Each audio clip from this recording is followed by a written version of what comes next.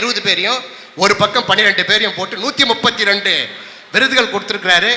அந்த விருதுல என்ன 1/4 நூற்றாண்டு காலமா மணந்துகிட்டு என்னோட வாழற என்னுடைய மனைவிக்கு 121வது இடத்துல, எங்களுடைய அருமை அண்ணன் பொதுச் செயலாளருடைய மனைவியார் அருமை எண்ணியார் அவர்களுக்கு 122வது இடத்துல, 1 to 1 எங்க 2 பேருக்கும் 121 விருது எங்களுக்கு வழங்கப்பட்டிருக்கிறது.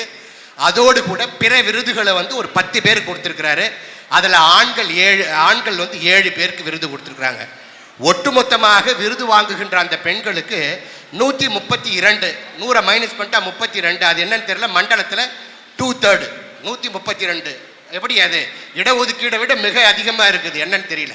132 பெண்களுக்கு விருது ப்ளஸ் ஒரு 10 பேருக்கு பிற விருது, அதிலையும் 5 பெண்களுக்கு விருது, 7 ஆண்களுக்கு விருது. ஒட்டுமொத்தமாக 290 பேருக்கு விருது. இதில் 130 பேர் ஆண்கள், அதில் 5 ஃபோட்டோ ரிப்பீட். இதெல்லாம் யாராவது கவனிச்சிங்களா? உங்களுடைய பார்வையும் கோணமும் வேறு, என்னுடைய பார்வையும் திசையும் வேறு. இந்த அளவுக்கு அந்த மண்டலத்தை பிரித்து மிகச்சிறப்பான முறையில், நேர்த்தியான முறையில், பிரமிக்கக்கூடிய வகையில் இனி எவர் ஒருவரும் இப்படி ஒரு மண்டல மாநாட்டை நடத்திவிட முடியாத அளவிற்கு ஒரு பிரம்மாண்டமாக நடத்தி இருக்கிறார். நான் அடிக்கடி சொல்றது, அருமை அண்ணன் செந்தில் அப்படின்னாவே அது அரிமா செந்தில். பெண் சிங்கம் வேட்டையாட அது தெரியும், ஆண் சிங்கம் வேட்டையாடி சேவைக்கு செலவு செய்கிறாரு, அது பெரிய விஷயம். ஆனால் பெண் சிங்கத்தையே வேட்டையாடுறது கொடுக்குறாரா இல்லையா, அது விடுறாரா, அதுவும் எனக்கு தெரியல. குடும்பத்தோட தன்னுடைய மனைவி மகள் கூட மரகதம்மா மாமியார் அம்மாவும் சேர்ந்துட்டாங்க. வேற அவர் சொல்லியிருப்பார்னு பார்த்தேன். அவர் நெகிழ்ச்சியில் மகிழ்ச்சியில் அழுது நம்மளையும் அழ வைத்து என்னையும் அழ வைத்து, ஏன்னா அடுத்தது கர்ணன் பாடல்கள்லாம் பாடணும்னு சொல்லியிருக்காரு. அண்ணன் வேல்முருகன் அண்ணன் எங்கே போயிட்டார் தெரியல. ஸோ அதனால் செந்தில் அண்ணனாவே மிக பிரம்மாண்டம். ஸோ மிக பிரம்மாண்டமாக நடந்து கொண்டிருக்கிற இந்த நிகழ்ச்சியை அவரால் மட்டும்தான் இப்படி பண்ண முடியும். யார் வேணாலும் பணம் செலவு பண்ணலாங்க, யார் வேணாலும் பேக் போனாக இருந்து நீங்கள் பொறுப்பு ஏற்றுக்கலாம், பொருள் உதவி செய்யலாம், எதை வேணாலும் செய்ய முடியும். ஆனால் நேரம் காலம் பாராமல் அவர் எடுக்கிற ஒரு விஷயத்திலையும் ஒரு சிறப்பு இருக்கணும், பிரமிப்பு இருக்கணும், பிரம்மாண்டம் இருக்கணும், மாற்று இருக்கணும்னு சொல்லிட்டு அவர் எடுக்கிற அந்த முயற்சி, அதற்காக அவர் எடுக்கிற பயிற்சி, ஸோ அதை தினம் தினம் அவர் செய்யக்கூடிய அந்த சேவைகள், இது எல்லாமே நாங்கள் இந்த ஃபெய்ரா குழுவில் டெய்லி எதையாவது ஒரு பேப்பர் நியூஸு, ஏதாவது ஒரு புகைப்படம் போட்டுகிட்டே இருப்பார்.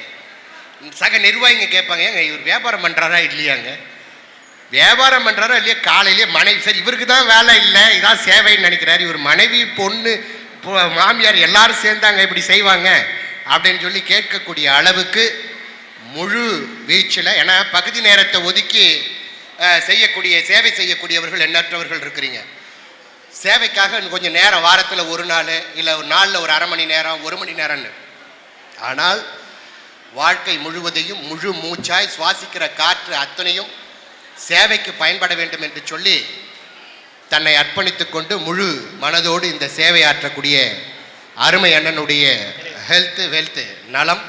ஆமாம் பாருங்க, நான் நீங்கள் பின்னாடி ஒரு ஸ்க்ரீனில் போட்டிருந்தீங்க. 2018-19 நேரு நகர் லயட் சங்கத்தினுடைய உறுப்பினர் ஆனார், அப்புறம் இந்த தலைவரானார், இந்த பிஆர்ஓ ஆனார், இப்போ மண்டல தலைவராக இருக்கிறாருன்னு சொல்லிட்டு நீங்கள் போட்டிருந்தீங்க.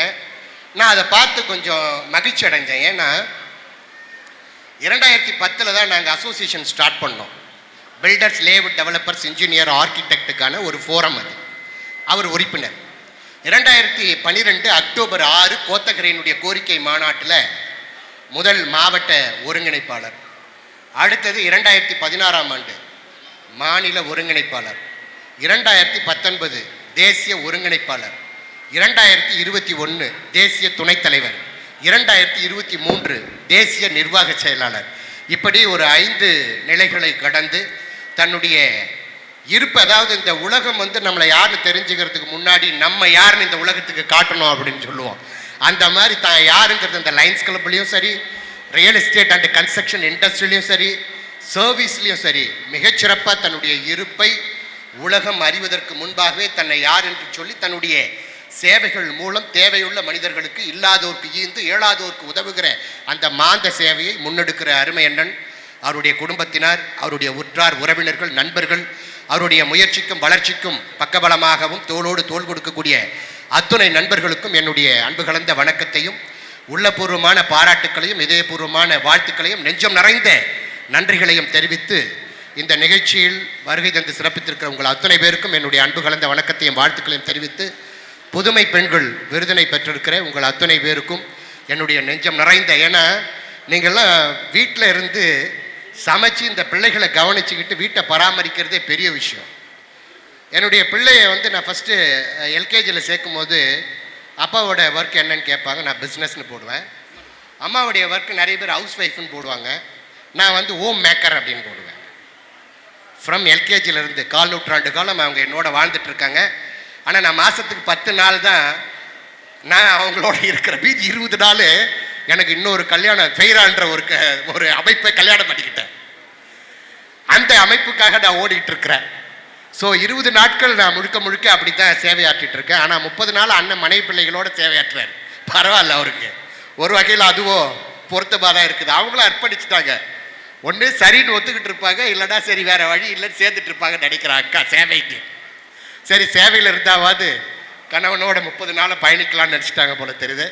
மகிழ்ச்சிக்கா எப்படி இருந்தாலும் நீங்கள் தாய் இங்கே இருக்கக்கூடிய அத்துணை மருமகள்களும் நாளைக்கு மாமியார்களாக மாறுவீங்க. ஸோ நீங்கள் உங்களுடைய கணவனோடு பிள்ளைகளோடு வாழாத வாழ்க்கையை உங்களுடைய பிள்ளைகள் வாழ வேண்டும் என்று சொல்லி எண்ணி அவர்களுக்கு வாய்ப்பு கொடுங்க, விட்டு கொடுங்க, தட்டி கொடுங்க, முட்டு கொடுங்க. வாழ்க்கை சிறப்பாக இருக்கும். உங்கள் அத்தனை பேருக்கும் என்னுடைய வாழ்த்துக்கள். ஸோ இங்கே இருக்கிற அத்தனை பேரும் எல்லோரும் எல்லோமும் பெற வேண்டும், என்புற்று நீங்கள் அனைவரும் வாழ வேண்டும் சொல்லி எல்லாம் வல்ல இறைவனை வேண்டி வாய்ப்புக்கு நன்றி பாராட்டி விடைபெறுகிறேன். நன்றி, வணக்கம்.